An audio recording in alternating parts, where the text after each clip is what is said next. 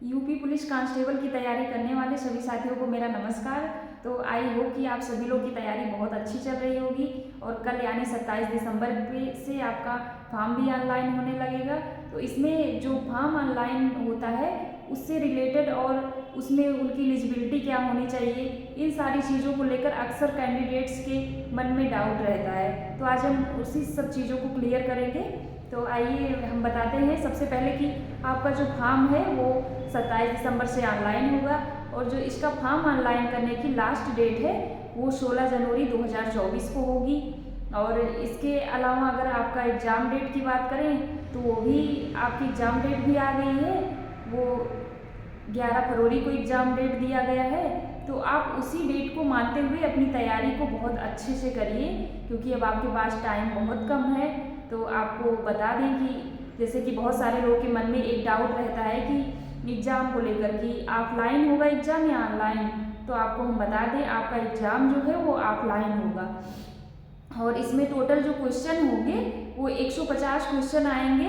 एक question 2 number का होगा और जो इसमें क्वेश्चन है वो 300 मार्क्स के होंगे और आपका निगेटिव जो मार्किंग है वो 0.4 की होगी। तो आप अपनी तैयारी को अच्छे से करिए और इसमें आपके सब्जेक्ट हम बता दें तो हिंदी आएगा, मैथ, रीजनिंग और जीएस आएगा।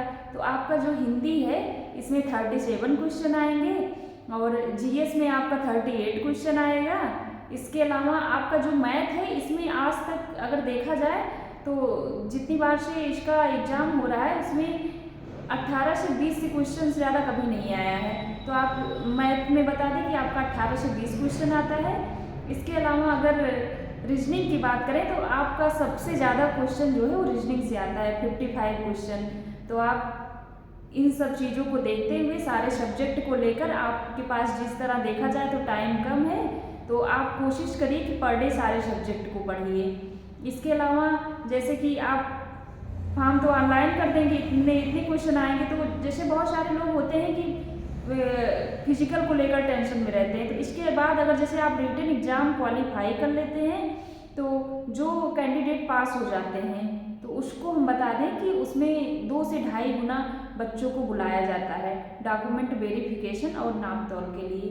तो आपका जो डीवीपीएसटी होता है उसमें अगर देखा जाए तो जो मेल कैंडिडेट होते हैं उनकी हाइट देखी जाती है। तो अगर जनरल, ओबीसी और एससी कैटेगरी से हैं तो आपकी हाइट जो है 168 सेंटीमीटर होनी चाहिए।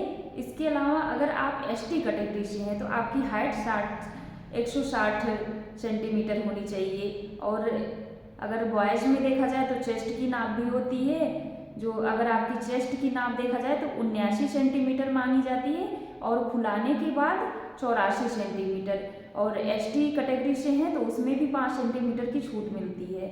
इसके अलावा अगर फीमेल कैंडिडेट की हाइट की बात करें, बहुत सारी लड़कियों के मन में एक डाउट रहता है कि मेरी हाइट है कि नहीं है। तो आपको हम बता दें कि आपकी हाइट जो है वो 152 सेंटीमीटर होनी चाहिए अगर आप जनरल, ओबीसी और एससी कैटेगरी से हैं। इसके अलावा अगर एसटी कैटेगरी से हैं तो उसमें आपकी जो हाइट है वो 147 सेंटीमीटर होनी चाहिए। इसके अलावा और लड़कियों का देखा जाए तो लड़कियों का वेट होता है, बहुत सारी लड़कियों के मन में डाउट होता है कि मेरा वेट है या नहीं है।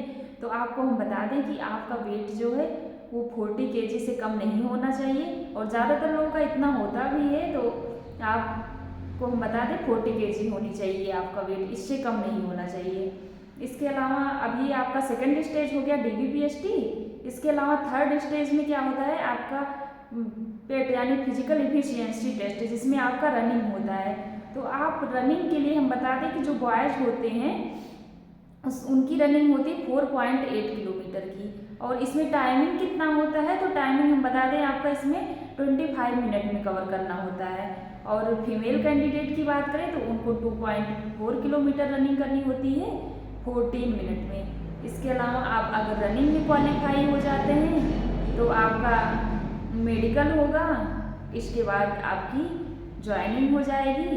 तो आप तैयारी को अपने से बहुत अच्छे से करिए, क्योंकि इस बार आपको बहुत अच्छा मौका मिला है। बहुत सारे कैंडिडेट तो ऐसे हैं जिनको ओवर एज होने की वजह से उनको चांस नहीं मिल पाया है। तो आप कोशिश ये करिए, अगर आपको चांस मिला है तो इस बार आपको ये मौका हाथ से नहीं जाने देना है, आपको अपने परिवार का सपना पूरा करना है। आप इसीलिए बहुत अच्छे से अपनी तैयारी, जितना टाइम बचा है, जैसे कि टाइम तो बहुत कम है, तो उसी टाइम को देखते हुए आप पर डे सारे सब्जेक्ट को लेकर चलिए और अपनी तैयारी अच्छे से करिए। आप निश्चित रूप से सफल होंगे। धन्यवाद।